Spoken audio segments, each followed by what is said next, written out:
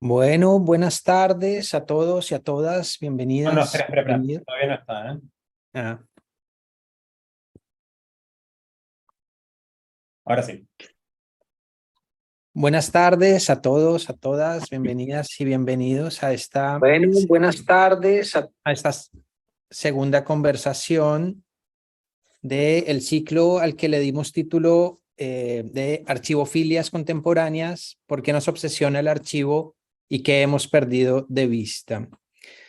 Este ciclo es una actividad que organizamos como parte de un proyecto de investigación en el que está conformado por Nicolás Suárez, Guido Herzovich, Carlos Walker y yo, Simón Henao, proyecto financiado por la Agencia de Promoción Científica y Tecnológica, que cuenta con el apoyo del Instituto de Literatura Hispanoamericana de la Universidad de Buenos Aires y del Centro de Teoría y Crítica Literaria del IDIX de la Universidad Nacional de La Plata. Les voy a contar un poco de qué se trata este proyecto y luego Nicolás va a coordinar la conversación entre Alejandra y Laera y Javier Villa. Este proyecto de investigación surge a partir de la pregunta acerca de la centralidad del archivo en el discurso crítico y teórico y también en la producción artística, literaria y cinematográfica. Hace años nos encontramos y cada vez con mucha más frecuencia con papers, programas, tesis, exposiciones, festivales de cine, que están centrados o que algo tienen que ver con la cuestión, el problema del archivo. Y nosotros nos preguntábamos a raíz de esto, por esta presencia apabullante, podríamos decir, del concepto del archivo y por los matices y las modalidades que este concepto ha tenido a lo largo de las últimas décadas, ¿no? ¿Qué piensa este concepto de archivo? ¿Cómo pensarlo también en nuestro propio presente? Son como preguntas centrales, ¿no? que nos hemos hecho en los últimos meses a raíz de este proyecto, ¿no? Y nos pareció oportuno preguntarnos sobre estas cuestiones porque, por un lado, digamos, es notable esa presencia permanente que nos lleva a sospechar que se encuentra este concepto del archivo en un momento, digamos, de auge excesivo, de circulación, ¿no? Máxima, y al mismo tiempo, o quizás por eso mismo, nos dimos cuenta de que existe cierto malestar ya con el término, con el uso del término, con este auge y con esta circulación, ¿no? Con el uso del archivo mismo. Por supuesto que el término sigue usándose, ¿no? Lo sabemos, lo usamos a diario y se sigue expandiendo, ¿no? Pero cada vez empiezan a aparecer discursos y esos mismos de la categoría de archivo que lo ponen en cuestión y que evidencian una situación que podríamos decir es una situación de saturación. Esto nos llevó a preguntarnos qué pasó y por qué se produce esta saturación, qué está pasando con el archivo para que esto suceda. Y lo que notamos en un comienzo fue algo que nos sirve un poco como eje del problema, ¿no? Y es la idea de que allí donde aparece esta categoría contemporánea de archivo, quizás en otra época, en otras discursividades, se hubiera podido utilizar, hubiera podido aparecer la categoría de tradición. Encontramos como esa tensión, ¿no? Es decir, nos pareció que en términos muy generales este concepto de archivo sustituye en muchos casos el concepto cada vez más en desuso de tradición. Entonces nos preguntábamos qué pasó para que se hable ya no tanto de una tradición nacional, de una tradición colonial, de una tradición latinoamericana, y se hable en exceso, ¿no? De un archivo nacional, de un archivo colonial, de un archivo latinoamericano. Esta sospecha inicial nos interesó porque vimos que se producen una serie de tensiones entre ambos conceptos, ¿no? Entre el concepto de tradición y el concepto de archivo, y pensamos que sería de alguna manera interesante pensar y muy productivo pensar el concepto de tradición a través del concepto de archivo y a la vez, ¿no? Hacer el ejercicio inverso, ¿no? Pensar el concepto de archivo a través del concepto de tradición. Y a lo que apuntamos con esto es a poder pensar, digamos, a partir de estos entrecruzamientos, pensar algunas transformaciones del arte, del cine y de la literatura latinoamericana contemporánea, ¿no? Y voy a nombrar rápidamente tres aspectos, ¿no? Que nos parece que han sido centrales y que nos han permitido más o menos ordenar esta problemática. Por un lado, la dimensión quizás más evidente de estas tensiones entre archivo y tradición es que en ambas hay una clara relación con el pasado, ¿no? Aparece este pasado. Y uno se puede preguntar, a partir del archivo y de la tradición, cómo ha sido conformado este pasado, qué aspectos se le ha dado a este pasado, qué nos dice esas formas de enunciar, de nombrar, de narrar, de relatar el pasado, y a la vez qué contenidos del pasado persisten en las formas de narrar, de relatar y de construir el presente, ¿no? Y esos contenidos a su vez, cómo conforman la tradición y cómo conforman el archivo. También estas preguntas por el pasado, ¿no? Que han sido realizadas desde esas tensiones entre archivo y tradición, nos llevan a preguntarnos por la cuestión de la comunidad, como un segundo eje, si se quiere, ¿no? En el sentido de los modos en que estas obras de configuración de un imaginario producen un imaginario, digamos, de comunidad. En términos generales, uno podría decir que si lo que está funcionando es el modelo de tradición, lo que aparece es un concepto, digamos, o una lógica más bien homogénea, ¿no? Es decir, la tradición nos remite a un imaginario de una comunidad como una unidad, pensada más bien en una dimensión homogénea, ¿no? Una suerte de síntesis del pasado que opera ahí. Mientras que si lo que está funcionando es una lógica más vinculada al archivo o a lo archivístico, ocurre quizás lo contrario, ¿no? Esa unidad que propone la idea de tradición es quizás desmontada, es desordenada, ¿no? Como hablábamos en la primera sesión, y se produce entonces una heterogeneidad, ¿no? Por contraposición a esa homogeneidad de la tradición. Una heterogeneidad que constituye esta lógica del archivo, ¿no? Algo que hablamos en la primera sesión con José Alejandro Restrepo y con Juan Cárdenas. Y un tercer aspecto, es decir, pasado, comunidad, y un tercer aspecto que nos interesa tiene que ver con los imaginarios del futuro, ¿no? Con cómo tradición y archivo proyectan un imaginario del futuro, ¿no? Cómo se imaginan la tradición y el archivo un futuro posible, ¿no? Cómo aparece ese futuro en cada uno de estos modelos, en cada una de estas lógicas, si es que hay una distinción en los modos de imaginar estas temporalidades en cada una de estas, digamos, a partir de cada uno de estos conceptos, ¿no? Entonces son preguntas en torno a las cuales hemos intentado organizar este problema y nos pareció que sería interesante escuchar distintas experiencias, distintas prácticas en torno a la tradición y al archivo.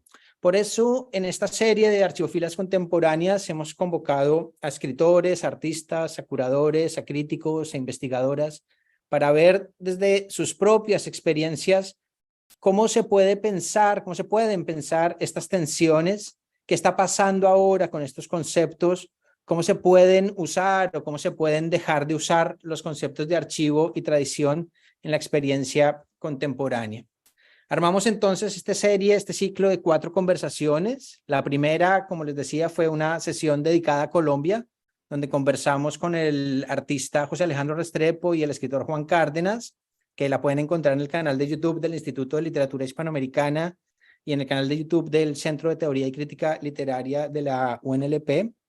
La segunda conversación de este ciclo, que es la de hoy, que estará dedicada a Argentina, donde nos acompañan Alejandra Laera y Javier Villa, y una tercera sesión que será el próximo viernes 27 de octubre, dedicada a México, en la que conversarán el escritor mexicano Luis Felipe Fabre y la investigadora de literatura colonial Valeria Añón. Y por último, el 28 de noviembre, en una sesión dedicada a Chile, van a estar conversando el escritor Mario Verdugo y la escritora Cynthia Rimsky. Estas conversaciones quedarán subidas en los canales de YouTube que ya les mencioné, así que ahí también van a poder acceder a ellas. Y nada, dicho esto y hecha esta invitación, los dejo entonces con Nicolás Suárez, que va a coordinar la conversación con Alejandra Laera y Javier Villa. Bienvenidos. Bueno, ¿qué tal? Hola a todos. Gracias, Simón, y gracias a todos por estar acá en este segundo encuentro del ciclo en el que buscamos indagar sobre las formas de pensar el archivo y la tradición. Hoy estamos con Alejandra Laera y Javier Villa, dos figuras reconocidas de la crítica cultural argentina, pero bueno, no solo eso, porque ambos también han trabajado y trabajan como curadores de muestras, como artistas, y se vinculan también eh, con la gestión de archivos y colecciones desde instituciones estatales, por lo cual creo que son varias las facetas desde las cuales sería interesante charlar con ellos acerca de las nociones de archivo y tradición, que son los dos pilares de este proyecto de investigación. Creo que ya todos los conocemos a ambos, pero igual los voy a presentar brevemente para cumplir con la regla de etiqueta de Zoom. Alejandra es directora del Instituto de Literatura de la UBA, profesora titular de Literatura Argentina también en la Universidad de Buenos Aires, investigadora principal del CONICET y una de las directoras de la maestría en periodismo narrativo de la UNSAM. Fue profesora visitante y dictó conferencias y cursos en universidades argentinas y el exterior, autora de libros como El tiempo vacío de la ficción, Ficciones del dinero y el ensayo Húmeda, susurrada, afectiva, creativa. Dirigió el tomo El brote de los géneros para la historia crítica de la literatura argentina. Realizó la antología de literatura y arte, una historia de la imaginación en la Argentina, para el Museo Nacional de Arte Moderno, algo sobre lo cual ahora vamos a hablar. Y coeditó varios volúmenes colectivos, compiló textos de diversos autores y dirige además la serie Viajeras Viajeros para la editorial Fondo de Cultura Económica.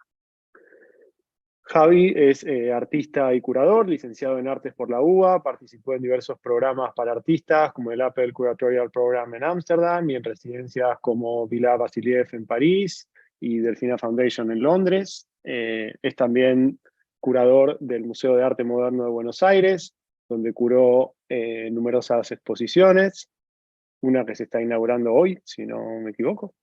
Es profesor del seminario troncal del programa de artistas de la Universidad de Itela y dirige el espacio de formación Abele junto con Carla Barbero. Escribió artículos para La Nación y Los Irrecuptibles, entre otros medios, y desde 2005 forma parte del colectivo de artistas Rosa Chancho, algo sobre lo cual también nos gustaría preguntarle, y en 2019 participó de la Bienal de Lyon.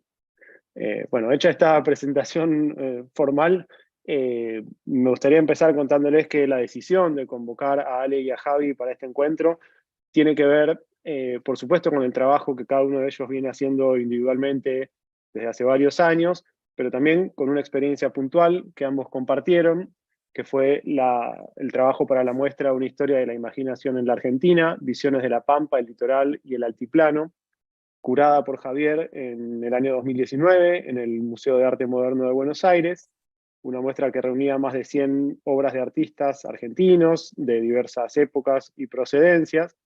Y para acompañar esa muestra, Ale se encargó de realizar el catálogo, a partir del cual las relaciones entre esa historia de la imaginación podían pensarse relaciones entre arte y literatura en esa historia de la imaginación, ¿no? Entonces ahí hay un diálogo interdisciplinario sobre el cual también nos gustaría que charlemos. La idea sería preguntarles a ambos un poco acerca de sus visiones y experiencias en relación con la cuestión del archivo y la tradición de un modo más amplio, digamos, para después pasar a algunas preguntas más puntuales sobre cómo se ponen en práctica estas cuestiones en el caso concreto de la muestra que ambos hicieron en el museo. Como para romper un poquito el hielo, la primera cuestión sobre la que nos gustaría charlar con ustedes tiene que ver con la relación de sus trabajos, de sus oficios con el archivo.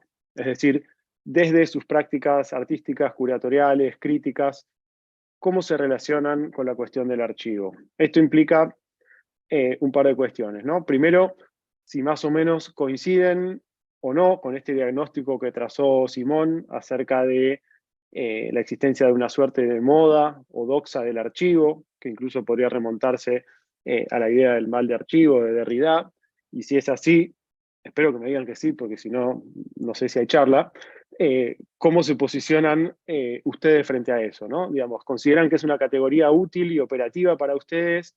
O más bien tenderían a pensar que cuando un concepto se vuelve tan amplio y abarcador, pierde su capacidad explicativa. Dirían que hoy la noción de archivo se relaciona con tantos problemas y se usa para tantas cosas que al final no sirve para explicar nada, o habría quizás distintos modos de apropiarse de esa noción, y en ese sentido podría haber distintos usos, no necesariamente técnicos, que a veces hasta se independizan de la teoría y de algún modo cobran una vida propia, ¿no? Un poco de esa primera pregunta como para empezar. ¿Vale? Estás muteada. Ya sé. Ahí está. Bueno, puedo ¿Quieres empezar. arrancar? Vale. Como- eh, Estoy bastante de acuerdo con lo que planteaba Simón. Gracias por la invitación, también quería decir. Me encanta hablar de esto y sobre todo este punto, ¿no?, de los usos de la palabra archivo. Me parece que con la palabra archivo pasa como, bueno, como con tantas otras, que hay dos niveles, ¿no? Uno que es ese nivel más conceptual, teórico, y hay otro que es lo que yo llamaría el uso de bolsillo de la palabra archivo. Me parece que los dos son igualmente útiles, que el asunto es la pretensión que le des en cada caso. Creo que hay, digamos, hay investigaciones que en efecto están trabajando con un archivo y que la dimensión del archivo es una dimensión conceptual, ya sea en un sentido más literal, trabajar con un archivo de escritor, por ejemplo, ¿no?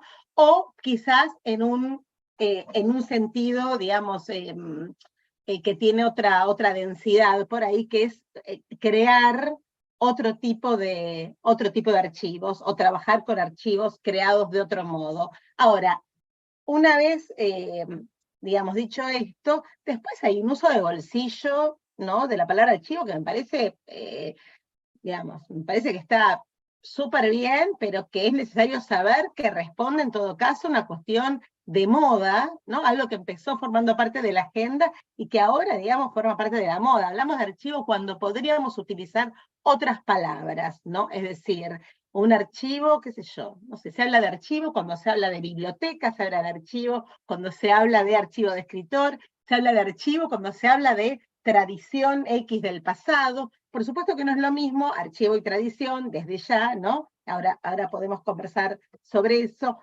pero me parece que lo más importante es hacer esa especificación, ¿no? Es decir, la pretensión teórica y conceptual de la noción de archivo no se da en todos los casos en los que se usa. Personalmente, a mí me encanta el uso de bolsillo de ciertas palabras, sacarles de encima toda una carga teórica que en realidad hoy en día, con la palabra archivo, sin haber leído nada, digamos, ni Derrida, ni Telo, ni, o sea, nada sobre archivo, podríamos usar igualmente. Es como algo que ya se incorporó a los trabajos críticos, ¿no?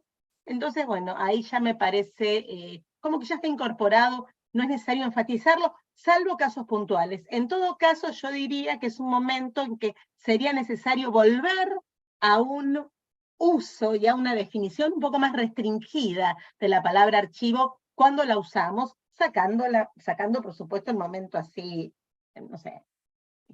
Yo trabajo con archivos, por supuesto. También en algunos casos los podría llamar de otra manera. Me parece que la diferencia con la tradición, y con esto termino, porque para no abundar, me parece que lo que tiene el archivo es que el archivo es algo, al archivo le da uno la forma que quiere, ¿no? Ubica los elementos de ese archivo como quiere. el archivo no necesariamente tiene un orden, ¿no? Uno le puede dar órdenes diferentes. La tradición, aunque sean varias, aunque se crucen, aunque haya tradiciones alternativas, siempre es lineal, ¿no? La tradición es lineal. O sea, si el archivo le da una espacialidad a la idea de tradición, ¿no? Y una materialidad, tiene que ver para mí con eso, ¿no? Con casi me diría una disposición en el espacio, pensando siempre en la recuperación de esa materialidad que implica un archivo que la tradición no tiene por qué tener. Estoy completamente de acuerdo con eso de la materialidad, pero en desacuerdo con otras cuestiones. Digo, para empezar a polemizar, está bueno. Dale, dale. No, por un lado, creo que hay una gran diferencia, que es que el archivo es material y para mí la tradición no. Para mí, dependiendo desde las artes visuales, esa es una diferencia enorme. O sea, en el archivo te encontrás con materiales concretos que existen, y en la tradición te encontrás con materiales simbólicos, si se quiere, metafóricos, identitarios, no sé, después veremos cómo llamarlos, pero que no son materiales. Para mí, es al revés de lo que decís vos. Para mí el archivo digamos, te ancla más en una materialidad concreta y en una historia concreta, y la tradición es algo mucho más maleable, en el sentido de que es algo que puede ser revisado y dar forma y cambiado y reestructurado constantemente, en algún sentido. Yo siento la tradición medio como la historia, ¿no? Algo que se puede, que uno recibe y puede modificar, transcribir, reescribir, intervenir y tal, ¿no? Creo que un poco de eso iba la muestra en la que participamos, me parece. Pero un poco para, ahora después te dejo el derecho a réplica de 2 minutos, ¿era en presidencial? Un poco para terminar con la pregunta, algo que también me parece que está bueno agregar desde las artes visuales es... yo no investigo mucho sobre el concepto de archivo. Uso los archivos, pero no me interesa investigar sobre el concepto de archivo. Me parece que también hay una diferencia. No es algo que me excite hacer, como pensar el archivo como problema. O sea, me interesa usar el archivo como investigación. Y creo que ahí en artes visuales hay 3 momentos muy distintos, ¿no? Uno es la investigación, otro es la exhibición y otro es la mercancía, ¿no? En relación al archivo, o por lo menos que yo distingo, y de los cuales como por ahí que se atraviesan en mi trabajo, y de los cuales por ahí pienso tratando, ¿no? Como el de la investigación para mí es claro, es un material más de investigación que después... o sea, yo trabajo mucho con cierta ficción histórica, creo que con eso, con Ale, por ahí concordamos con ciertos autores que Ale me hacía leer, como Cabezón Cámara y Aira y tal, y me gusta como esa idea de ficción histórica en las muestras que hago. Entonces el archivo para mí es algo que me ancla en cierto aspecto, pero que también respeto, ¿no? En ese estudio, esa búsqueda. Después, en cuanto a exhibición,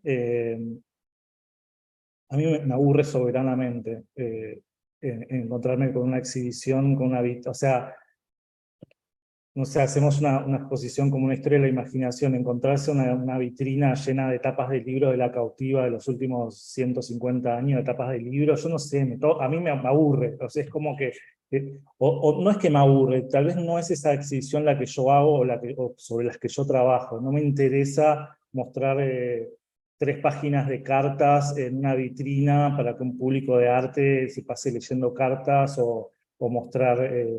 ¿no? Como siento que hay algo como un fetiche intelectual del curador mostrando que estudió, o mostrando que fue a ver el archivo, o mostrando que hay cosas en el archivo que pueden ser interesantes, pero el archivo que realmente vale la pena exhibir es un archivo que por ahí pone en juego la existencia visual de un fenómeno que de otra manera no podrías ponerlo, ¿no? Tipo el archivo de la memoria trans, ¿no? Como vos podés recuperar la identidad estética y visual y la existencia, ¿no? De toda una comunidad a partir de un archivo fotográfico es increíble, y eso creo que sí vale la pena exhibir, pero después el archivo como nota al pie, como redundancia, eso en algún punto sí, no. Y bueno, después está el tema de la mercancía, que es que se están comprando de artes visuales, se están comprando todos los archivos generalmente del exterior y están todos yéndose a otras partes del mundo, cuando el archivo en realidad tendría que ser algo como, ¿no? como de uso libre y común para todos los humanos, ¿no? Como que el archivo material ya también empieza a carecer de sentido cuando podemos digitalizarlos. Obviamente hay que tener plata para digitalizarlos y tal, pero y podría ser de uso democrático para todos, ¿no? Pero, sí. No, yo al contrario, Javi, yo abonaría tu teoría. A mí me parece, en efecto, que, digamos, reforzar la materialidad del archivo en el uso de la expresión, de la palabra, del término archivo, es algo que es muy necesario en este momento, porque precisamente la palabra archivo perdió parte de ese peso material y empezó a ser usada muy metafóricamente, excesivamente de manera metafórica, ¿no? Entonces, por el contrario, sin embargo, pienso que al mismo tiempo uno puede usarle esa palabra como más o menos quiera, siempre y cuando sepa que la está usando de esa manera y que no le está, no lo está haciendo con ese espesor, digamos, teórico que muchas veces se le pretende dar, ¿no? Entonces, me parece que sí, que ahí la cuestión de las disciplinas marca un poco, pese a, bueno, que hablamos de cruce disciplinar, etcétera, está marcando un poco el uso, ¿no? de la palabra también. Vos trabajás con archivos concretos, algo que no necesariamente pasa en la crítica literaria, por ejemplo. Claro. De todas maneras, una sola cosita, lo que sí pienso es que por el contrario, la tradición es mucho menos maleable que un archivo, porque el orden del archivo, vos tenés la materialidad y después podés reubicarlo, darle un orden propio. La tradición, como precisamente es una construcción mucho más simbólica, entonces para poder instalarse requirió de procedimientos mucho más fuertes, poderosos, muchas veces autoritarios y de reproducción, ¿no es cierto?, que hacen que pese a ese carácter quizás más simbólico, sea menos maleable, ¿no?, paradójicamente. No sé si Nico querés intervenir o seguimos con derechos. Si quieren, o sea, Intervení, puedo Nico, seguir un intervení. poco. Me parece que la siguiente pregunta que yo tenía para hacerles, quizá la pueden tomar como disparador para seguir conversando sobre esto, porque justamente tenía que ver con la tradición. O sea, dijeron muchas cosas que me dan la tentación de salirme del guión, pero voy a tratar de atenerme a eso y en todo caso después abrimos para más preguntas del resto de la gente. Precisamente la pregunta tenía que ver, bueno, con cómo ven ustedes esta cuestión del archivo en relación con la tradición. En el encuentro pasado, en la charla con Cárdenas y Restrepo, un poco tratamos de empezar a poner a prueba esta idea que tenemos acerca de que la doxa del archivo de algún modo hoy estaría reemplazando muchas de las discusiones e incluso prácticas artísticas que anteriormente, digamos hasta los 80 o 90, giraban en torno a la tradición. Y sin embargo, digamos, tenemos que confesar que en la reunión pasada no pareció prender del todo la cuestión de la tradición como una categoría crítica y artística importante para ellos, ¿no? Lo cual quizás no necesariamente refuta la hipótesis, quizás de algún modo da cuenta de que la tradición se volvió una categoría mucho más opaca, a diferencia del archivo, que parece estar siempre más a la mano, o como decía Ale, se volvió casi una categoría de bolsillo y por eso justamente está más a mano, ¿no? Entonces, la pregunta tiene que ver con qué piensan ustedes para el caso argentino, donde, por lo menos en el ámbito de la literatura, hay que ver también qué pasa con las artes visuales, contamos con un antecedente muy conocido y famoso sobre este tema, como es el escritor argentino y la tradición de Borges, ¿no? Entonces, bueno, ¿qué peso tiene la categoría de tradición en este campo cultural particular?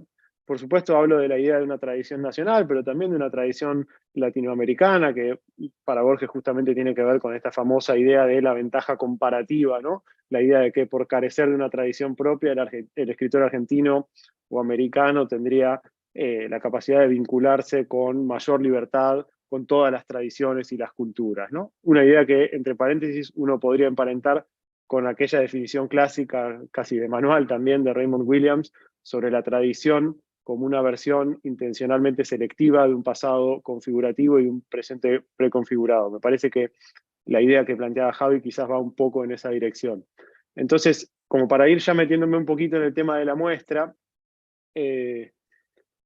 me pregunto si no hay algo de la lógica contrahegemónica del archivo, un poco creo que algo de esto sugería Ale, que articulado con esta idea borgiana de la tradición nacional, les permitió a ustedes, en el caso puntual de la muestra, seguir otros caminos posibles para imaginar el territorio nacional, que se aparten de las imágenes más canónicas y cristalizadas acerca de territorios tradicionales como la Pampa, el litoral o el noroeste, ¿no? Como si hubiera ahí una idea de contralectura. Para decirlo más sencillo y tratar de formularlo en una pregunta quizás más fácil de responder, la pregunta sería, ¿qué peso tuvo en el armado de la muestra la noción de una tradición imaginativa? Y si consideran que eso implica también un modo particular de relacionarse con el archivo, de abrir, de mirar el archivo e incluso de producir archivos, ¿no? Javi, empezá vos porque la muestra fue tuya, así que yo simplemente me sorprendí y me dejé llevar por vos.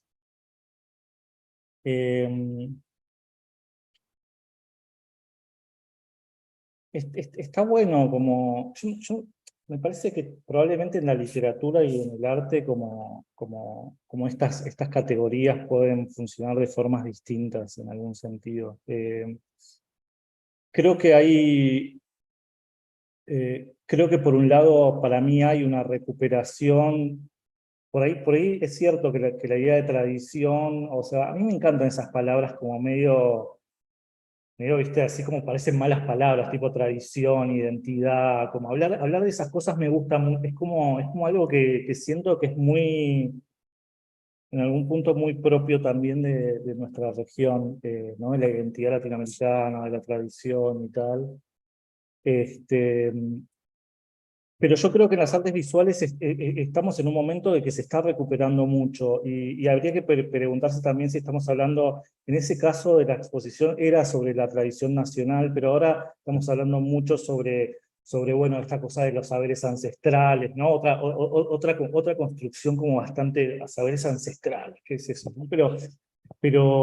Pero estamos, en las artes visuales se está recuperando muchísimo, estamos viendo artistas contemporáneos y jóvenes haciendo obras, repujando cuero y haciendo obras de platería y trabajando con cerámicas y trabajando con textiles y creo que es algo que se puso de moda, creo que se puso de moda, ese es mi punto de vista, se puso de moda más la tradición hoy en día en el arte por lo menos de Buenos Aires, que es el que más conozco, que una idea de archivo. O sea, no conozco a tantos artistas que trabajen con archivo, pero sí conozco un montón de artistas que trabajan con ciertas tradiciones sobre todo de las artes visuales, ¿no? Y no sé si tanto iconográficas como técnicas, pero bueno, de las dos cosas me parece también. Creo que un poco la exposición parte de ver eso, de diagnosticar eso. En algún punto también, como decíamos, estaba la China Iron, estaba Sama, se venía de la literatura y del cine también recuperando cierta noción de la historia. Eh, y, y la verdad que como tomado muy llanamente, la exposición, además de estas tres zonas, tenía a la cautiva y el matadero, que era muy obvio, pero a mí me gustaba esa obviedad, como ese estereotipo, ¿no? Pero tomaba a la cautiva y al matadero desde un lugar para mí como muy desde la actualidad, esto era 2019, Y para mí la grieta se podía explicar desde el matadero y la idea de cuerpo de la mujer trofeo, de la mujer como violencia territorial, los femicidios, desde la cautiva. Digo, ¿qué pasaba si explicábamos el presente que se está... O sea, solo se discutía en Buenos Aires en ese momento la grieta y los femicidios, lo cual por ahí estaba bien, pero ¿qué pasaba si tomábamos, si lo tomábamos desde la tradición, ¿no? En algún sentido. También la idea era pensar otro tipo de tradiciones desde nuestra tierra, que barran un poco con los sismos europeos, ¿no? Como que básicamente la historia del arte argentino tuvo esa historia de ismos, ¿no? Desde el impresionismo hasta el conceptualismo, el minimalismo y más allá, ¿no? Con todos los que hay entre medio, surrealismo, informalismo, etc. Que son todos sismos heredados de Europa y que nunca construyen realmente una historia de un arte más local, y realmente al ir a ver exposiciones de movimientos artísticos, me parece que la gente empezaba, o sea, yo sentía también, yo también me aburría o empezaba a decir, bueno, pero ¿por qué quiero ver qué hacían los artistas concretos o los informalistas, sino por qué no atravesar más en relación a problemas y temáticas que se vienen arrastrando ¿no? en nuestro país? Y en algún punto, parte para mí de esas tradiciones, que por ahí Ale lo toma de una manera distinta la palabra, pero parte de esas tradiciones es pensar como un espacio vacío en el cual se atraviesa por una línea vertical, ¿no? Que lo veo en el arte argentino desde Fontana con el Tajo. Se decía que el espacialismo para Fontana era la pampa, ¿no? Y el Tajo vertical lo que hace es cortar esa espacialidad, ¿no? Enorme, o Liliano Pueyrredón con el ombú, ¿no? Partiendo el horizonte plano con un ombú, o Eisenberg con sus torres surrealistas partiendo el vacío metafísico, o Berni con una torre Eiffel en medio de la pampa, ¿no? O sea, como que ahí la tradición para mí era simplemente ver cómo en las artes visuales muchos artistas de distintos sismos rompían un espacio supuestamente vacío, porque obviamente la rampa no lo estaba, pero rompían un espacio vacío con un objeto vertical, ¿no? Que en el caso de la exposición llegaba hasta el descamisado de Santoro, ¿no? Que era el último gran objeto vertical que rompía la pampa, ¿no? Y que ahí se acababa cierta idea de seguir hacia la industria. Pero para mí la tradición iba por ahí, iba por qué pasaba con ese espacio vacío, con esa línea vertical, por ejemplo, en ese caso. No sé si respondí a la pregunta. Me parece que sí, que recuperar ciertos conceptos o palabras así vintage como tradición, ¿no? Puede estar bueno porque ya también habiendo pasado por el archivo no tienen exactamente el mismo sentido. De todas maneras, lo que vos planteabas sobre Borges, bueno, era otro momento, un momento en el que precisamente también lo que él está haciendo es revisar una idea de tradición recién configurada y formada, ¿no es cierto? Entonces era como otra cuestión, después se convierte solamente en una carga la palabra. Yo pienso, insisto, en que la tradición es lineal, es muy fuerte, es muy difícil de cambiarla en los imaginarios, y que la cuestión de los archivos, así más restringidamente, bueno, sirve para mover un poco eso y, no sé, hacerlo tambalear un poco. Personalmente, a mí siempre me interesó, y eso lo hice en algún trabajo, ¿no? Es decir, esos momentos como de inflexión en los que la tradición podría haber sido otra, y sin embargo fue la que fue. Es decir, la tradición podría haber sido la que está vinculada con la cautiva, y sin embargo termina siendo el Martín Fierro. Es decir, hay algo de tradiciones fallidas, ¿no? Hay algo de tradiciones fallidas que me parece que son súper interesantes para pensar el pasado. Y eso sí creo que te lo da la idea de tradición, digamos, por ahí cortada con el uso de ciertos archivos o con la apertura de ciertos archivos. Personalmente lo que me pasó con la muestra fue que, lo cuento porque fue exactamente así, para mí fue uno de los trabajos más, por ahí para Javi fue uno más, para mí fue una de las cosas más fascinantes que yo hice, no tenía nada que ver con lo que estaba pensando o haciendo en ese momento. Vi una maqueta bastante desordenada en ese momento, donde él ni sabía muy bien qué iba, ni qué, la mitad no lo había conseguido. Bueno, esas cosas de las muestras y de los museos, era una maqueta, me va contando algo, y yo digo, ay Dios mío, estoy viendo espacializado algo que me viene molestando de la literatura, sobre todo del 19, que es básicamente, no con la que yo más trabajo, pero sí la que más enseño, ¿no es cierto? Pero acá está eso que yo venía pensando, acá está esto de justamente otras líneas, ¿no? Que, por supuesto, iconográficamente se mantuvieron más quizás, porque es otra la lógica iconográfica, diferente a la lógica, insisto, más lineal de lo que va quedando de las tradiciones literarias o de las producciones, si queremos, literarias, ¿no? Y que están ahí, es decir, y ahí fue que yo le dije a Javi, pero esto es lo que está en la China Iron, ¿no? Me acuerdo tal ¿Lo que cual. está qué?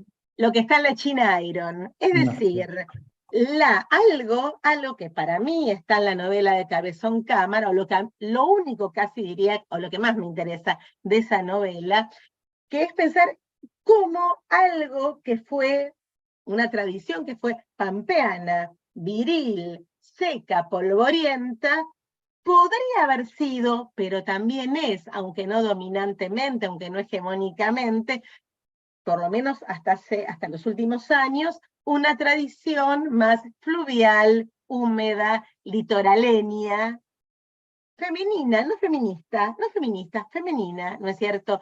Y eso estaba en esa disposición espacial que me estaba contando Javi, para ver si a mí, qué se me ocurría a mí con la literatura, digamos, ¿no? Y dije, pero acá está eso. Entonces, bueno, me parece que después estuvo el corte de La cautiva y del matadero, que en ese momento no estaba así tan claro, ¿no? Como en la disposición, me parece, que termina como de cerrar, ¿no? La cuestión, digamos, de la espacialidad territorial. Y, o sea, creo que las tradiciones territorializan también, a eso voy, ¿no? Y en ese sentido son como muy fuertes. Iconográficamente se podía ver en eso que podemos llamar archivo, ¿no? Que fue buscando de manera federal Javier con su equipo en museos y acervos, digamos, de la Argentina, que había otras cosas más que podíamos ver. Y esa visualización es mucho más fuerte, que la operación me parece mucho más sostenida, que hay que hacer cuando esos cambios se hacen a través de los estudios literarios o de la crítica literaria, ¿no es cierto? Se puede visualizar, ¿no? Entonces, esa cuestión material que vos decías, bueno, está ahí, ¿no? Está ahí dispuesta, pero vos le das una disposición. Claro, después ponés a trabajar, pones en diálogo, digamos, los textos con esas imágenes, y me parece que los resultados hacen que vos digas, no hay una sola tradición, hay más de una tradición, quizás tradición no es la mejor palabra, pero creo que todo eso fue posible para mí con los diferentes movimientos críticos y de colaboración entre disciplinas que más o menos, o sea, que se fueron dando en la década del 10, del 2010, digamos, hasta ahora, pero que se profundizaron, diríamos, entre el 2015, 2014, 2015 y y este momento actual, ¿no? Algo así. Claro, me parece que es interesante porque vos me decís, bueno, vos ordenaste ese archivo de imágenes, ¿no? De colecciones y tal. Claro, yo pienso, tal vez es medio soberbio lo que voy a decir, pero yo pienso que ordené la tradición, no que ordené el archivo. Yo pienso que desordené la vos tradición. ordenaste un archivo, y al ordenar el archivo estás proponiendo una versión diferente de la tradición. Sí, que no es pero lo mismo, para porque mí, si no pienso, perdón, pienso que caemos un poco en el riesgo, no sé, esto lo digo ya a los del proyecto, ¿no? En asimilar demasiado tradición archivo en sus contenidos, ¿no? Y me parece que tradición y archivo hay una zona en la que se tocan, pero hay otras zonas en las que no se tocan y no tienen por qué tocarse. No creo que sean reemplazables, creo que a veces se puedan sustituir, pero que no son reemplazables, ¿no es cierto? Que, no sé, es lo pero que... por ejemplo, en el caso de una colección de artes visuales, para mí, no sé, el caso, o sea, formar una colección pública como la del Museo Nacional de Bellas Artes es formar una tradición. Yo ya no lo veo como un archivo, no lo veo como una colección. Yo lo veo como se construye una tradición iconográfica a partir de esa colección, se construye una tradición, ¿no? Como, Sí, pero la palabra colección que vos estás usando es la palabra, en ese contexto, que se puede reemplazar por archivo. Una colección es un modo del archivo, es un modo posible del archivo, y con ese tipo de materiales, digamos, se pueden armar otras tradiciones, ¿no? Ahora, nada, son dos niveles diferentes, me parece, ¿no? O sea, el archivo es lo que es, el archivo es el material, por más que tenga una dimensión conceptual, etcétera, ¿no? La no, bueno, tradición pero en el es caso de la otra cosa. colección como el Bellas Artes, es un material que entra al Estado de una forma, ¿no? Son familias Por ricas, de ciertos supuesto. periodos y qué sé yo. O sea, ya tiene una lectura, una narrativa, ya tiene un recorte, digamos, ¿no? Como hay Una muchas historia. cosas que no entró a esa colección porque era fluido, femenino, litoraleño, lo que sea, no entró y entró, ¿no? Entonces, ahí ya hay como una narrativa simbólica en ese, Pero siempre no hay, es solo material, digamos. siempre hay una narrativa simbólica, o sea, siempre hay una narrativa, no, no existe algo sin narrativa, todo Ujú. tiene una historia, el asunto, digamos, es el tipo de corte que se hace en un archivo, quizás es un poco, o sea, tiene que ver con el pasado y tiene una historia, pero quizás el corte es un poco más... podés hacer un corte sincrónico, la tradición es diferente, la tradición siempre es lineal, ¿no? La tradición siempre, digamos, tenés que tener en cuenta ese pasado. Parece que el archivo tiene usos diferentes. O sea, yo lo entiendo así, oh, perdón, no. Me interesa pensar eso en relación con el archivo, ¿no? Que se pueden hacer usos diferentes con el archivo. Con la tradición no. O sea, con la tradición sí o sí tenés que hacerte cargo del pasado. Con el archivo no siempre, no necesariamente. Depende de lo que hagas. Porque si no es pensar que no hay nada que se pueda hacer sin el pasado detrás. Y eso es... entonces, todo es acumulativo, todo termina siendo acumulativo y personalmente no me lo parece, ¿no? O sea, pienso que de alguna manera el archivo tuvo un momento liberador, y ese momento liberador, para mí, ese momento liberador fue un momento que tenía que ver cómo organizar, en el caso de la literatura, una literatura que no sea una historia de la literatura en términos lineales, cronológicos, progresivos, ¿no? Entonces, el archivo permitió, para mí, liberadoramente hacer eso. Y después nada, se convirtió como siempre, ¿no? Eso también, nombrabas vos, Nico, a Raymond Williams, también lo dijo, digamos, Raymond Williams, ¿no? Hablando de otras cosas, tienen su momento liberador y después terminan siendo una prisión, ¿no? Pero pensemos en ese momento liberador del archivo, ¿sí? Y ese momento liberador del archivo no es exactamente el del mal de archivo de Derrida, donde hay una conceptualización muy particular del archivo, que uno cuando habla de archivo no tiene por qué hacerse cargo de toda esa teoría para nada, aunque sí haya cuestiones vinculadas con, bueno, lo instituyente, etcétera, que son fundamentales, ¿no? Pero digamos, no todo el paquete completo. Creo, para mí, que ese momento liberador del archivo, bueno, tiene que ver con que no todo, ¿cómo decirlo? No toda organización, ¿no? De la literatura hacia atrás tiene que ser una historia de la literatura. Sí. Historia de la literatura, historia en el sentido moderno, quiero decir, finalmente, que sigue siendo nuestra gran presión. por eso me parece a mí que que las artes visuales, ¿no? Las curadurías, te permiten más fácilmente, lo digo en el buen sentido, ¿no? Una disposición que no es justamente la de, ¿no? La de lo lineal, la de lo Sí, porque cronológico, son la de lo imágenes. teológico incluso, como si lo tiene una historia literaria.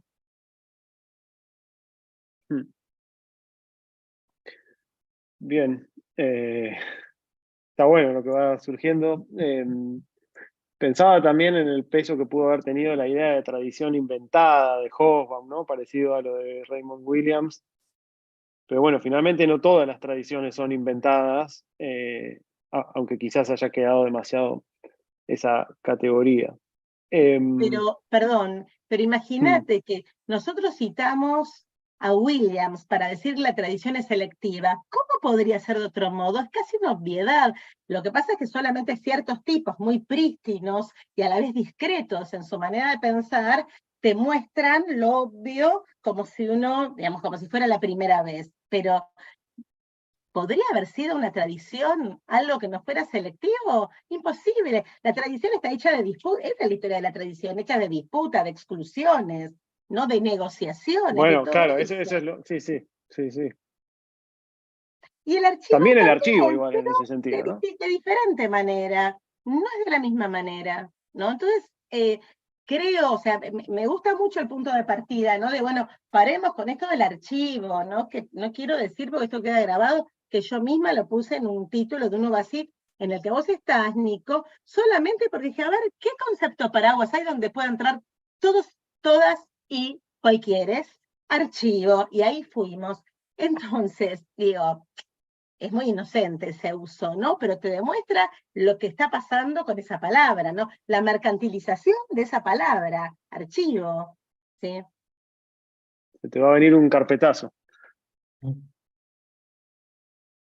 Qué vergüenza. Corten esta parte. La siguiente, sigo un poco, o sea, me dan ganas de quedarme, pero prefiero seguir así por lo menos abarcamos distintos temas y después nada, quedará para seguir pensando. La siguiente pregunta es un poco un corolario de la anterior, y ya con esto cerramos sobre el tema de tradición y pasamos a archivo y más a un par de cuestiones de la muestra. Y nos gustaría preguntarles ¿qué lugar piensan ustedes que tiene la cuestión de la tradición, particularmente dentro de la crítica cultural argentina, ¿no? Considerando quizás cierta tendencia de los escritores, hay que ver qué pasa de nuevo en el caso de las artes visuales, que bueno, ya lo escucharemos a Javi, cierta tendencia a intervenir con ensayos y reflexiones en torno a la idea de una tradición, como decíamos recién, en constante disputa. Esto lo hablábamos ayer, sobre todo Carlos y Simón, que con la ventaja de no ser argentinos, nos decían que para ellos hay ahí algo casi paranoico, ¿no? Un poco a la manera de Piglia, una suerte de obsesión, podríamos decir, con Argentina, con la tradición. Entonces, la pregunta sería, ¿ustedes dirían que hay algo así como cierto argentinismo de la crítica cultural argentina en relación con la tradición? Imagino obviamente que las respuestas pueden ser distintas si pensamos en la crítica literaria y en la crítica de artes visuales, o quizás no tanto, no sé. Sin duda, pensarlo en el teatro, por ejemplo, para tomar otra cosa. Todos hablan de la tradición, ¿no? El trauma del pasado, ¿no? Me parece increíble. Y del otro lado, digo en el teatro porque, bueno, hay un montón de obras que, algunas buenísimas, ¿no? Pero todo el tiempo van hacia atrás, ¿no? Creo que la marca de Borges ahí es muy fuerte, ¿no? Y el hecho de que Piglia, digamos, haya sido crítico y narrador a la vez, bueno, y tan borgiano también hizo que se enfatizara mucho esa cuestión, pero también me parece que como contraposición a eso hay una cosa muy iconoclasta, ¿no? De tiremos abajo toda la tradición y todo es más o menos lo mismo, que eso se ve en los últimos años, que me parece también totalmente inconducente, porque de hecho las tradiciones existen, ¿no? Y las tradiciones, digamos, lo voy a decir con una expresión muy berreta, pero forjan imaginarios, forjan imaginarios sociales que son imaginarios políticos, ¿no? Entonces, me parece que dejarla así como así de lado, creo que es algo muy, muy complicado, pero sobre todo muy necesario, ¿no? Entonces, la pregunta por ahí puede ser entre la obsesión casi paranoica por la tradición, ¿no? Y cómo hacer para hacer una torsión en la tradición a lo Piglia, pero que siempre termina hablando de lo mismo igual, ¿no? De una manera, bueno, genial, ¿no? Un tipo tan, tan brillante para pensar la tradición, justamente, y esa cosa iconoclasta de terminemos con y hagamos, no sé, una tradición diferente que no es tradición, sino que es puro presente, ¿no? Pura emergencia. Eso está muy ligado con, por ejemplo, con las lecturas feministas, ¿no es cierto? Cosas que también se podría discutir en estos términos. Bueno, ¿qué hay? ¿Qué se puede hacer? ¿No? ¿Qué se puede hacer? ¿Qué se puede hacer si por un momento salimos del dictum de los padres fundadores de la crítica, Borges et al., ¿no? Y de la agenda, devenida moda. O sea, ¿qué podemos hacer? No es que yo tenga una respuesta, ¿no? Digo, pero ¿qué se puede hacer en el medio? Yo creo que en las artes visuales no se da lo mismo. Siento como que estamos en un momento de mucha recuperación de la historia, de mucha relectura de la historia, y de una relación que yo la creo bastante sana con artistas del pasado. Como que no siento que tengamos tanto peso de la tradición como en la literatura. Incluso siento que artistas nuevos artistas, nuevas generaciones, más del presente, disfrutan yendo a ver una muestra de arte impresionista, y antes no sé, hace 15 años los artistas iban y se aburrían, y ahora me parece que ir a ver artistas históricos es un programón, se volvió un programón, ¿no? Como ir a ver la muestra del Prete o de Gente, o ir a ver artistas, no sé, descubrir artistas nuevos. Eso es algo que se está haciendo muchísimo, sobre todo, bueno, no solo acá en Buenos Aires, en distintas provincias, como el rescate de un montón de artistas que no entraron en esa tradición o que no tenían una visibilidad, y realmente se está revisando todo bastante, de una manera como bastante amorosa, siento, desde el lado de los artistas más jóvenes, conectando con ciertos artistas del pasado, ¿no? Y conectando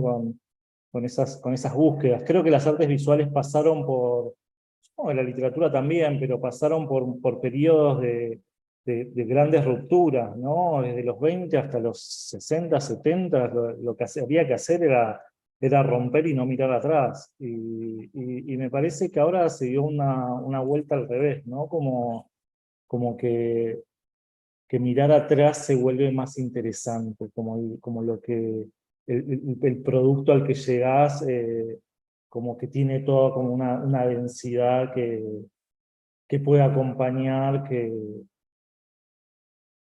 no sé, que le da cierto valor simbólico, creo. Sí, Sí, pero por ahí... Javier, una pregunta te hago yo una Sí. pregunta. A ver, me parece que en las artes visuales, que yo creo que en las últimas 2 décadas adelantan bastante respecto de la literatura, ¿no? El trabajo, la posibilidad del trabajo justamente heterocrónico, de la disposición heterocrónica en muestras colectivas, por ejemplo, ¿sí? Pero también en las narrativas para ciertos autores, eso le dio como un dinamismo y una flexibilidad, una libertad también, ¿no? A la hora justamente de juntar, de mezclar, que es algo que me parece que en ese sentido la literatura que ha tenido, digamos, hablando ahora sobre estos temas, ¿no? Ha tenido como otros aciertos, si se quiere, pero en cuanto a esto, quedó como un poquito atrás. Recuerdo, por ejemplo, una muestra, no sé si está buena o no, pero digo, que era simbiología, la que estaba en el CCK, anfibiología o simbiología. Simbiologías. Simbiologías, ¿no? Bueno, digo, más allá de la opinión, era una cosa mega donde toda la cuestión vinculada con no sé, los abusos sobre la naturaleza, las relaciones entre naturaleza y diversidad, etcétera, estaban organizadas de manera tal que claramente para mí, digamos, adelantaban respecto a esos mismos temas, ¿no? Puestos en relato en novelas contemporáneas que son buenísimas, pero digo, es la contundencia que se podía ver ahí, ¿no es cierto? Justamente, digo, más allá de la curaduría eventualmente, pero había una contundencia teórico-conceptual y de imágenes iconográficas que era muy fuerte. Es algo que también me impactó, ¿no? En ese momento. Sí, yo creo que por ahí es cierto que creo que en las artes visuales son mucho más libres en tomar referencias de todo tipo, desde lo que podría ser más mundano y burdo hasta las grandes tradiciones, o sea, tomar a Antonio Berni y tomar o a Pueyrredón y tomar el manga japonés y qué sé yo, el mismo artista, digo, y eso, hablando del escritor argentino y su tradición, por ahí el artista visual argentino y su tradición hace lo que Borges decía de una forma heterocrónica también, como decís, y ¿no? Como tal vez la curaduría haya ayudado un poco a esa lectura transhistórica. Tal vez y creo que le ayudó mucho a las artes visuales también poder ir para atrás y para adelante, como que el tiempo no sea lineal, como vos decís, que no sea una cuestión fija, ¿no? Como que después Yo de creo esto que vino esa es la esto y yo clave. tengo que romper para adelante. No, puedo romper para atrás, para adelante, para los costados, puedo romper para todos lados, ¿no? Y creo que eso, como decía, por ahí no. Por ahí la crítica de artes visuales no es tan pesada en los últimos años, pero por ahí la curaduría sí ha creado estas posibles lecturas nuevas, ¿no? Como, y creo que por ahí es medio banal decirlo de esta manera, pero creo que cierta cuestión temática ayudó para abrir eso, ¿no? Como uno poder trabajar en base a temas como, no sé, la justicia ambiental o lo que sea, o el antropoceno, o los temas que ahora que están de moda y tal, eso abrió esa posibilidad transhistórica, porque hasta ese momento era la historia del arte que se venían repitiendo en los museos, ¿no? Que era un conocimiento que tenía cierto grupo de gente, que lo que ponía siempre enfrente era el mismo conocimiento.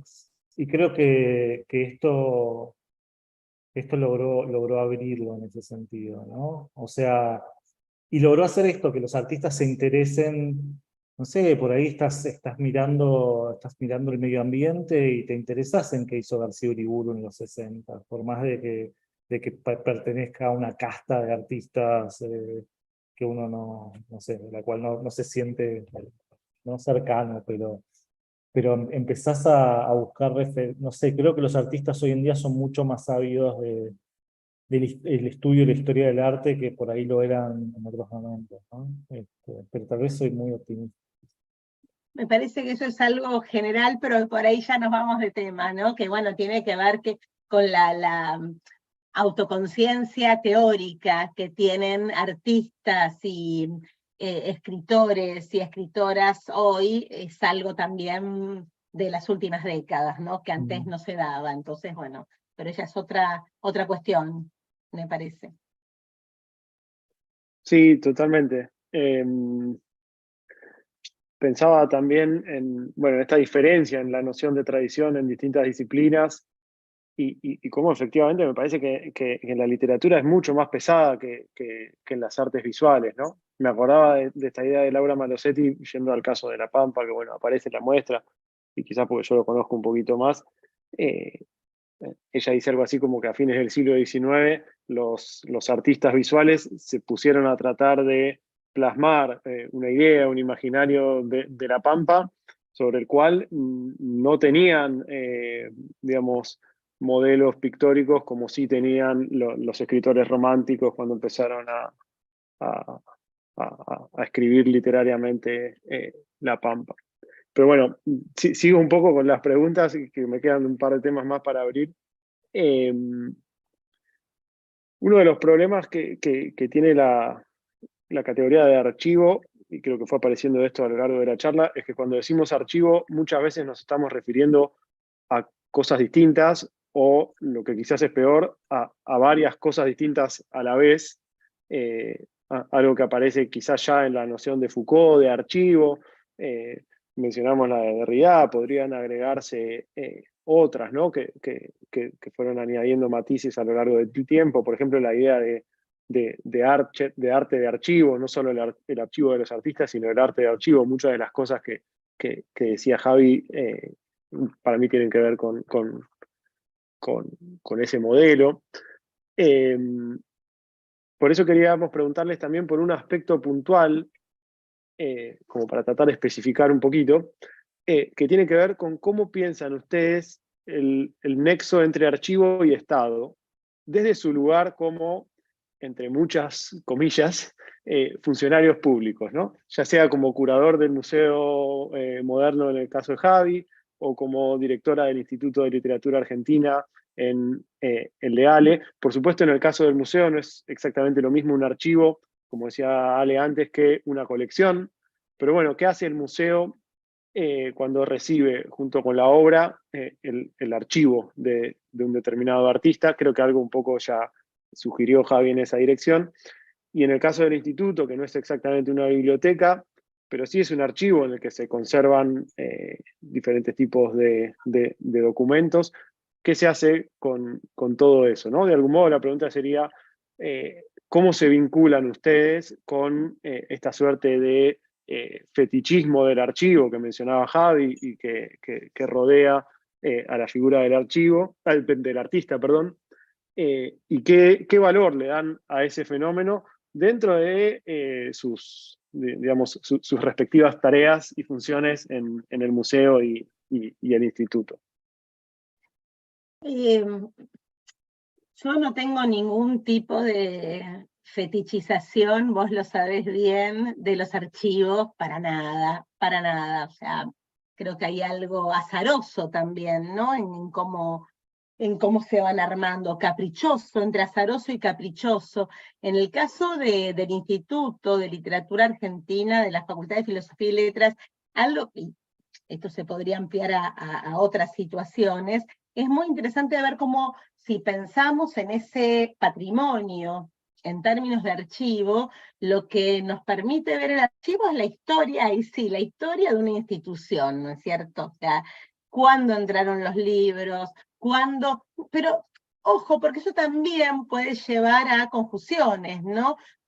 Por ejemplo, podríamos pensar, cuando entraron más libros es porque el Estado estaba más presente. No, ahí hay que hacer una relación entre, digamos, la relación entre el Estado y la institución, la historia de la propia universidad y de la facultad y de quién estaba a cargo de ese lugar y la función que tenía, en este caso, el instituto en ese momento. Es decir, no es un solo elemento, son muchos. Entonces también, ¿no? Uno puede hacer como esa suerte de historización institucional, pero rápidamente puede caer en algún error, ¿no? Porque le falta algún elemento.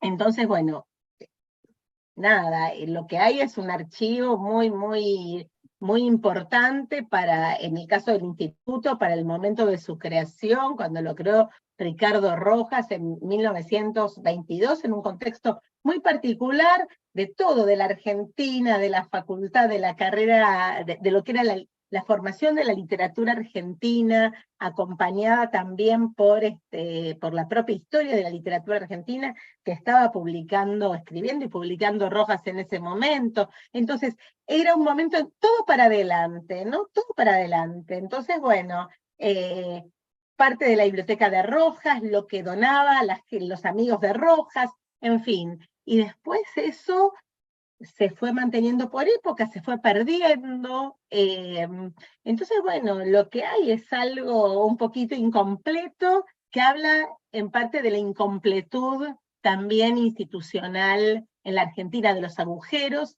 institucionales de diferente tipo en la Argentina. En paralelo, podríamos hablar del descuido que por suerte se revirtió, también diría yo, en las últimas 2 décadas, en este siglo recién, ¿no? De lo que han sido los archivos. O sea, hoy cualquiera de nosotros puede ir a la Biblioteca Nacional y encuentra archivos ordenados, parciales, por supuesto, porque mucho, bueno, no está, también no se perdió, etcétera. En algún momento era imposible con el voluntarismo personal que con esos materiales.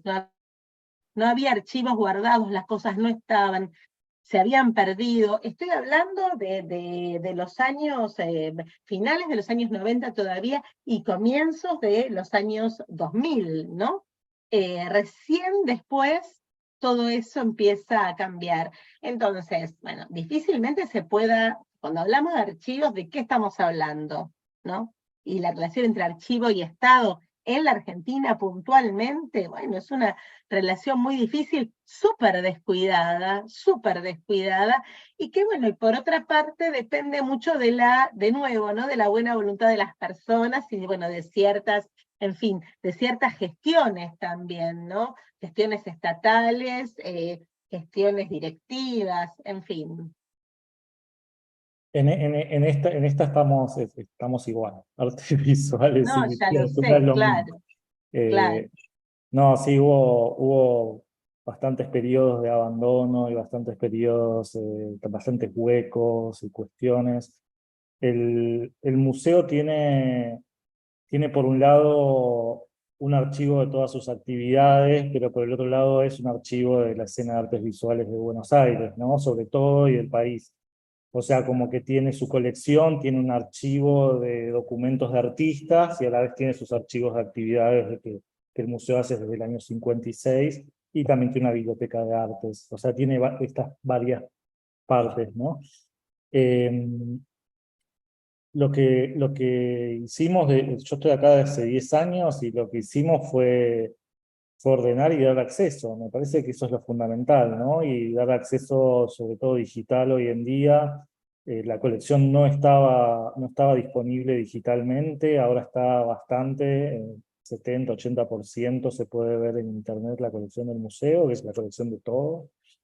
Y ahora estamos en un proceso de que vamos a subir todo lo que es folletos, catálogos, cuestiones de la historia de las exposiciones del museo.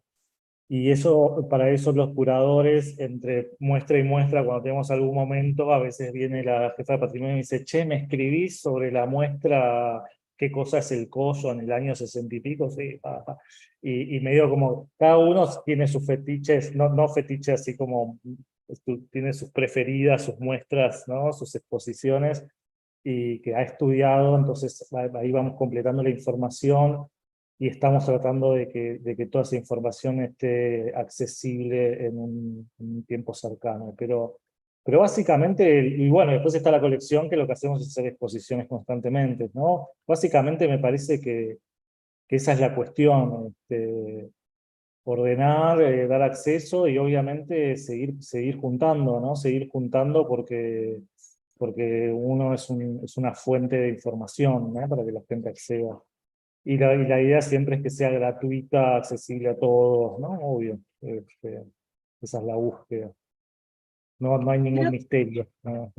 Creo que ahí algo de lo que dice Javier me parece que es importante, ¿no? La cuestión del acceso, eso cambió mucho la relación entre archivo y Estado, ¿no? Y también entre archivo y, bueno, y público en general, porque en un momento, ahora pensando en los estudios literarios, no se relaciona indirectamente con lo que vos decís, pero creo que es una vuelta al tema también. El archivo era fundamental, es decir, el archivo tenía que ver con la investigación, ese era el primer uso, ¿no? De la palabra archivo, cuando se empieza a investigar en serio en los 90 sobre todo, ¿no? Finales de los 80 y en los 90. Se empieza a investigar, entonces te metes en el archivo, ¿no? Y bueno, encontrás cosas que no estaban ni disponibles, ni organizadas, entonces había algo así de búsqueda del tesoro, y bueno, encontrabas algo que daba lugar, no sé, a una tesis, un libro, lo que fuere. Y con eso parecía suficiente. en algunos casos, no en todos. Eso cambió, ¿no? Es decir, el archivo ahora en ese sentido es un insumo. Y paradójicamente, cuando el archivo se convierte solo en un insumo, empiezan a proliferar los usos más, digamos, metafóricos, simbólicos de la palabra archivo, ¿no? O sea, en el mismo momento, creo yo, que es cuando empiezan a estar más disponibles, porque se pueden digitalizar, etcétera, y cualquiera, digamos, tiene al alcance esos materiales que antes eran inhallables, ¿no? Y que solo conseguían algunos. Me parece que en ese mismo momento en el que empiezan a ser un insumo común y disponible, que dejan de ser singulares, la palabra archivo gana, digamos, dimensión en otro sentido. Por ahí habría que pensar entonces esa relación entre lo material y lo simbólico, la accesibilidad y la disponibilidad, ¿no? De los archivos. Bien, buenísimo. Tengo un par de preguntas más que tienen que ver con la muestra, una y otra con el trabajo de ustedes dos como artistas, pero me gustaría abrir un momento por si alguien tiene ganas de preguntar algo para no acaparar yo con preguntas. No, si no, puedo seguir yo. Yo tengo una, Sigo. me Dale, encantaría. dale. A ver si la puedo formular. Bueno, me pareció extraordinaria, o me viene pareciendo extraordinaria la conversación, de verdad. Y una cuestión que apareció muy fuerte y que aparece muy clara en el texto de Ale para la muestra, ¿no? La idea de que la tradición oculta, ¿no? Y que un poco una de las funciones del archivo es revelar lo que la tradición ocultó. ¿No? Y esta idea de linealidad. Quiero decir, que quería preguntarles por la cuestión de la temporalidad en ese sentido. Porque de algún modo el auge del concepto de archivo en relación a la tradición coincide con el desmantelamiento de una cierta cantidad de ideologías históricas, ¿no? De filosofías de la historia en relación a, ¿no? a la linealidad en buena medida y lo que eso implicaba. Y una de las cuestiones que creo que declinó junto con esas ideologías y en este paso un poco del modelo de la tradición al modelo del archivo, es la idea de futuro, que digamos, hay un utopismo de la tradición, paradójicamente, creo que es una paradoja aparente, ¿no? Pero me da la sensación de que hay un utopismo de la tradición mucho más fuerte, una idea de futuro. Quiero decir, la búsqueda del pasado en el modelo de la tradición está orientada, creo, al futuro de una manera mucho más explícita y directa, ¿no? Toda investigación del pasado, toda búsqueda de los orígenes está inmediatamente vinculada con el futuro de la comunidad. Me parece una forma mucho, ¿no? Y con la idea también de formarla, ¿no? De encontrar los elementos que permiten, ¿no? Porque hay una idea de dependencia, ¿no? Del pasado con el futuro mucho más fuerte, creo. Pero eso supone, me da la sensación, un esfuerzo por formar, por darle forma al futuro, que no sé cómo lo viven ustedes, quiero decir, en este día de heterocronía, pensaba también en que Ale, vos trabajás mucho, ¿no? En diversos textos, pensaba en cuando fui a ver también, como Javier estaba armando la muestra de una historia de la imaginación, tenía unos paneles que me hacían pensar en los paneles de Warburg, ¿no? ¿no? Donde la temporalidad no es cronológica, claramente, y la muestra tampoco lo tuvo. Quería preguntarles cómo piensan que hoy, digamos, que funciona el futuro, ¿no? Hasta qué punto el archivo no es también la contracara de un momento histórico en el cual el futuro se ha vuelto lo impensable, ¿no? Aquello a lo que no es posible darle forma de algún modo, ¿no? Sino más bien, ¿no? Como si el esfuerzo fuera deshacerse de las determinaciones, ¿no? Más que dar forma. No sé cómo ven esto. Bueno, está difícil, porque son muchas cosas, me parece. Por un lado, claro, es pensar eso en este momento en el que se habla de, bueno, agotamiento del mundo, fin del mundo, colapso ecológico, en fin, ¿no? No hay futuro, ¿no? Entonces, bueno, esa pregunta que ya es de nuevo, ¿no? Es como un poco un lugar común que se hicieron Viveiros de Castro y Danowski, es, bueno, el futuro es un mundo, ¿no? Un mundo sin humanos o humanos sin mundo, digamos, es decir, alguna de las dos cosas va a faltar en el futuro. Y esa cuestión un poco catastrófica lleva a dos, me parece a mí, a dos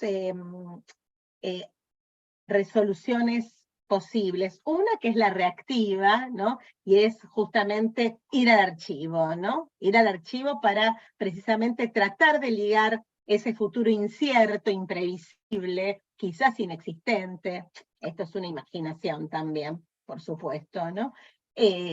Con el pasado, esos archivos del pasado. Y la otra ya en términos de imaginación más narrativa, que tiene que ver con el auge de las distopías, pero en términos de neodistopías, ¿no? O sea, distopías que no son completamente irreconocibles respecto del mundo que vivimos, sino donde, bueno, vemos como una mezcla de tiempos, ¿no? Precisamente para marcar ese agotamiento del mundo que se va a ver o no vamos a ver en el futuro. Entonces me parece que son como dos movimientos distintos, el de el ir a los archivos y el de esta imaginación narrativa de corte más distópico.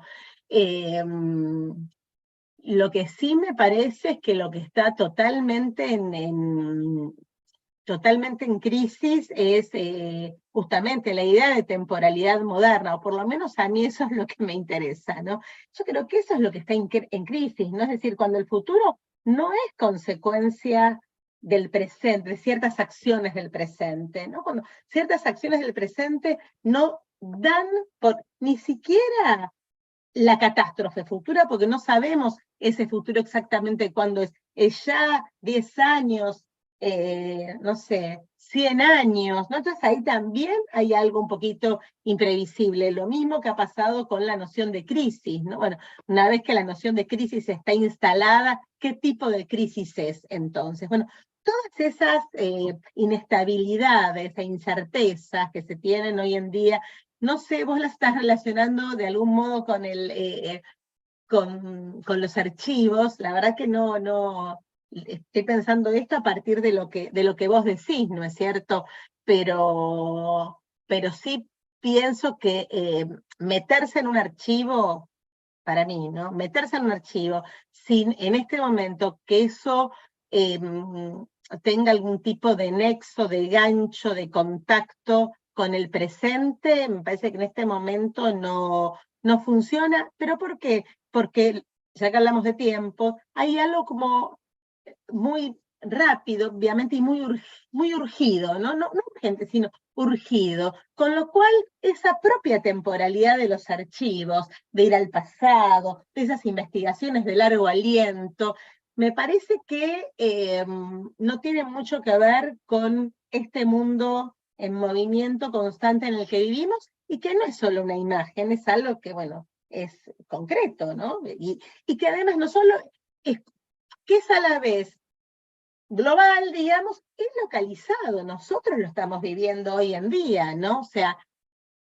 un presente demasiado fluctuante para incluso para esa fluctuante, que no es lo mismo línea recta, acelerada al futuro, ¿no? O sea, no es lo mismo. Entonces, cosa fluctuante te tira también para los costados, te hace tambalear, pero no del todo. Entonces, bueno, insisto, la temporalidad del archivo, ¿no? Del archivo más literal, digamos, es y ahí es muy diferente también de lo que pasa, de algún modo, con las artes visuales, ¿no? Que sí o sí terminan con ciertos tiempos, en el caso de las curadurías, en una muestra, ¿no? Vos tenés que mostrar, vos tenés un plazo, no estás 10 años para ver si, bueno, esa colección, el archivo, que no, o sea, eso te puede pasar en tu cabeza, pero hay algo mientras tanto que vas haciendo. Entonces también ahí las prácticas de las disciplinas tienen su propia temporalidad, ¿no? Y me parece, perdón, lo último que digo, me parece importante, usé varias veces la palabra disciplina, volvamos un poco a la palabra disciplina, salgamos de otra moda, ¿no? De lo trans, salgamos de la agenda de lo trans por un momento, no nos va a llevar al pasado, ¿eh? No nos va a hacer más antiguos ni nada de eso. No hay que tenerle miedo finalmente, ¿no? Un poco lo que decía Javier antes con el uso de ciertas palabras.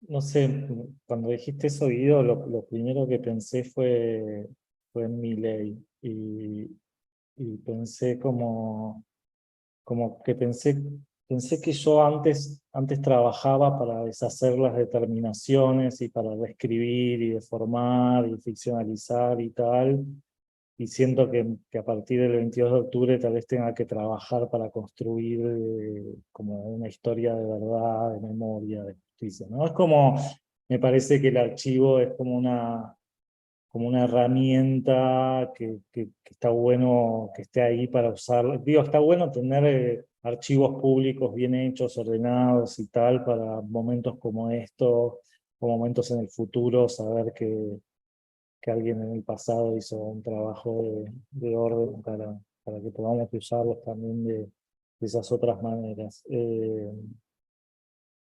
Y sí, o sea, pienso en un futuro así como muy cercano, la verdad.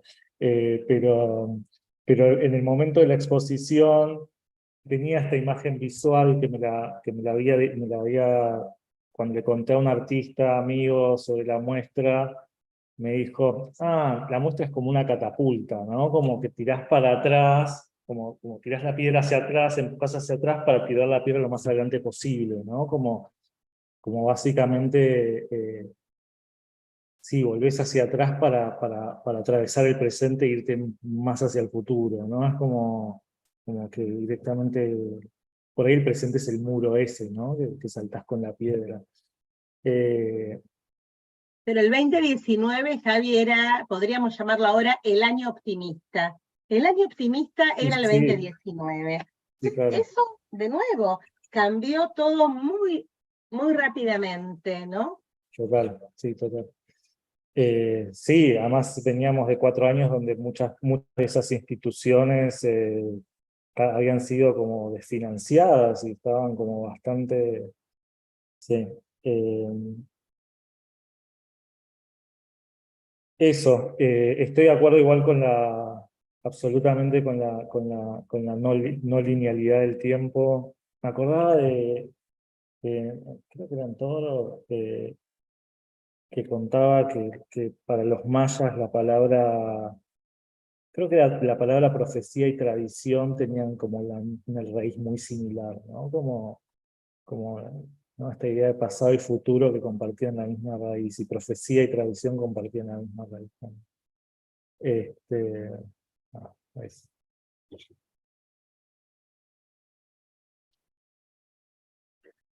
¿Alguna pregunta más?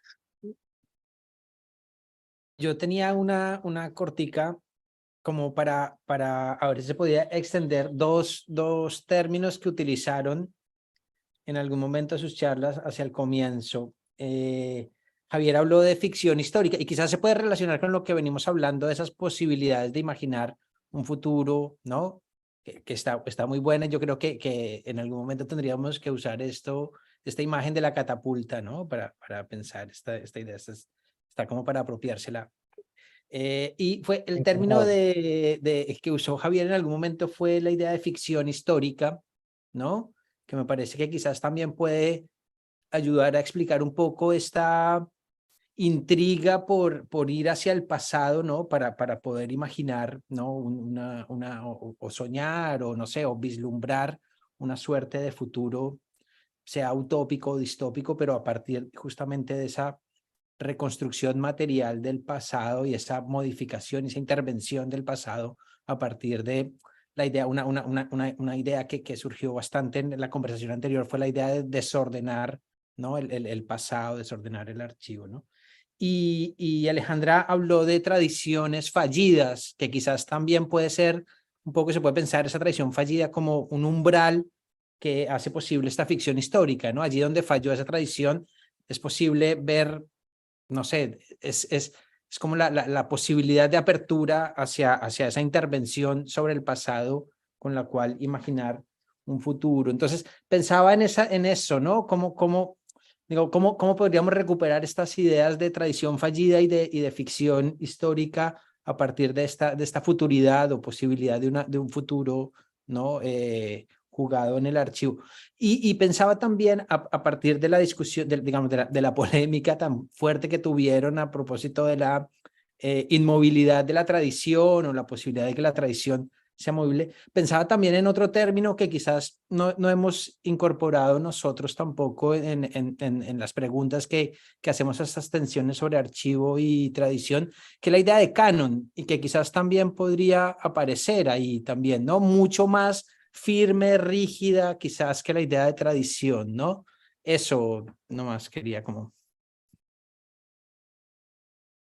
Sí, creo que para mí canon es una palabra que me queda mucho más cómoda. Cuando pienso en artes visuales y cuando digo, bueno, se puede moldear o se puede torcer, siempre dije la tradición, pero siempre pienso, creo que en mi cabeza pienso en el canon, ¿no? Tal vez porque lo que construimos en los museos con estas colecciones, estos archivos, es un canon y a la vez es una ficción histórica más, ¿no? Creo que, no sé, en algún punto toda historia tiene algo, es ficción en algún sentido, creo, no sé.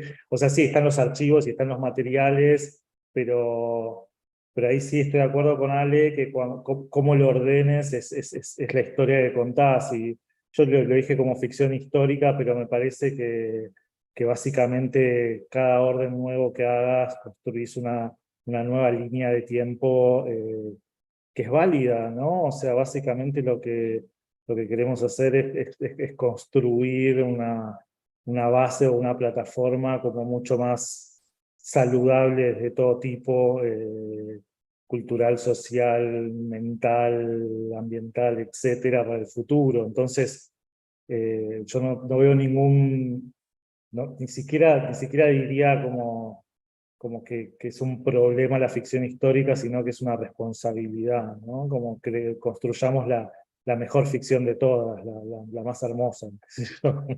Ahora me volví utópico, pasé de mi ley a construir la mejor ficción histórica para nuestro futuro, pero creo que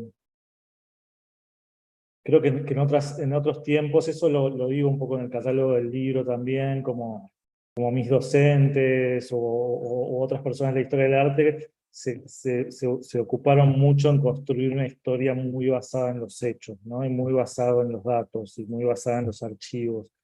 Y después vinimos nosotros, que gracias a ellos y ellas tenemos la libertad de ahora sí poder construir, gracias a todo ese orden que hicieron, las mejores historias, ¿no? Construir las mejores ficciones. Y realmente lo siento como una responsabilidad, sí.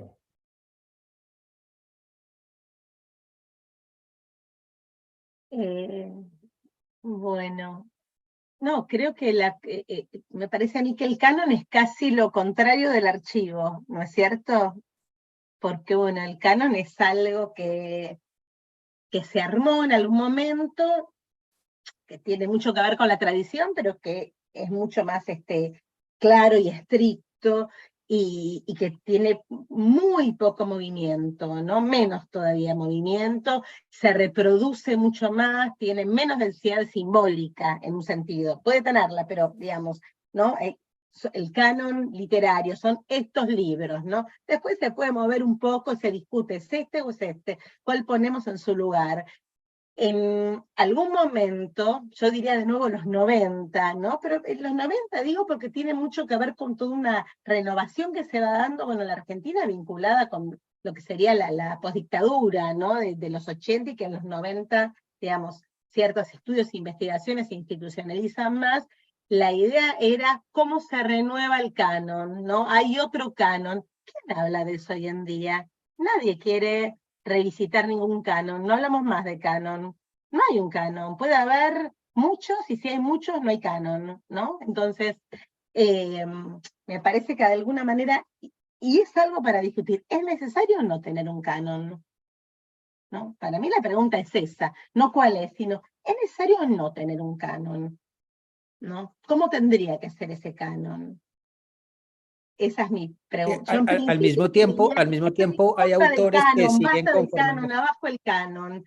Ahora digo, quizás hay que tener, quizás hay momentos en los que hay que desarmar y no tener, y hay momentos en que más vale volver a armar un canon. ¿Me puedo contar algo? No sé si vinculado con esto. El año pasado, esto tiene que ver con estar al frente del instituto justamente, el año pasado fueron los 150 años de Martín Fierro. No puedo, ahora veo que hay gente todavía que habla o escribe sobre el Martín Fierro, me parece increíble después de lo empalagoso que fue el año pasado con respecto a ese tema. Me llamaron, no sé, solo por estar al frente del instituto, de la cátedra, qué sé yo, de 20 radios, di 1000 charlas sobre Martín Fierro, y lo que se buscaba siempre, no era que yo dijera, bueno, va, o sea, ya está, sino de la importancia identitaria del Martín Fierro, ¿no? Después no importaba mucho lo bueno que era como un gran poema gauchesco como es el Martín Fierro. Entonces, ¿de qué estaba hablando eso? Estaba hablando primero de que el archivo no importaba tanto, ¿no? Que importaba la tradición y el canon, las dos cosas juntas. Entonces, esa superposición. A mí me impactó y dije, bueno, nosotros estamos viviendo estamos en otra narrativa, para usar una palabra que apareció acá. Estamos en otra narrativa, pero la narrativa de la gente que escucha la radio, que ha leído el Martín Fierro, que lo ha visto en la escuela, que lo sigue viendo, lo que fuere, quiere seguir encontrando qué cosa, ¿no? Entonces uno puede decir algo más conservador, la tradición, o necesita ese lugar estable de ese pasado que fue, que todavía se puede encontrar en algunos libros, aunque ya no se lean, pero ¿no? Esa tranquilidad de eso que estuvo en el pasado.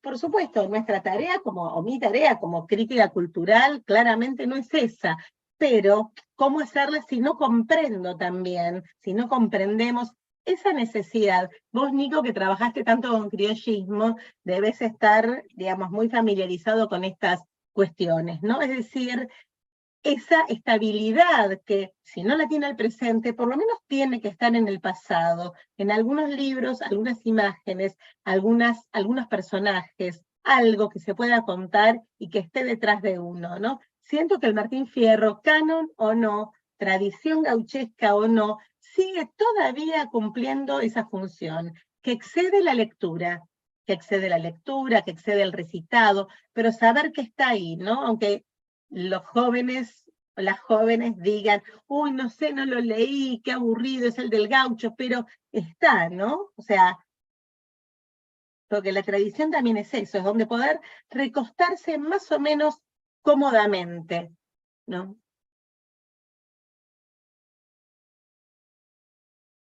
Nos quedamos con esta definición de tradición.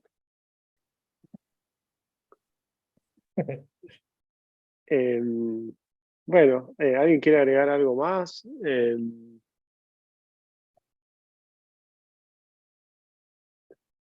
Yo creo que cerró muy bien, Ali, así que yo lo dejo ahí. Nos dejó una definición para que la usemos.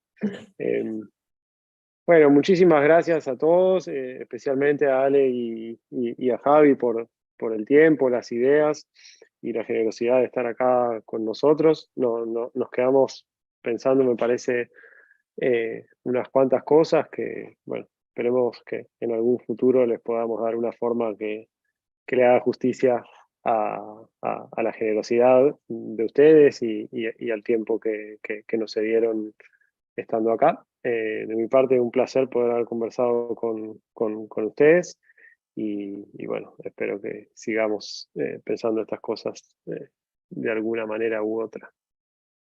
Muchas Gracias gracias. a ustedes por la invitación Gracias. y bueno, Bueno.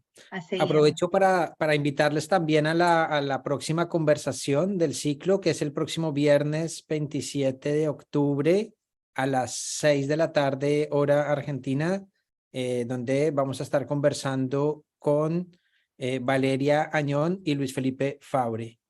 Así que nada, les invitamos también ahí. Muchas Simón gracias. pasó el chivo. Bueno, gracias. Chao, chao. Gracias. Muchas gracias.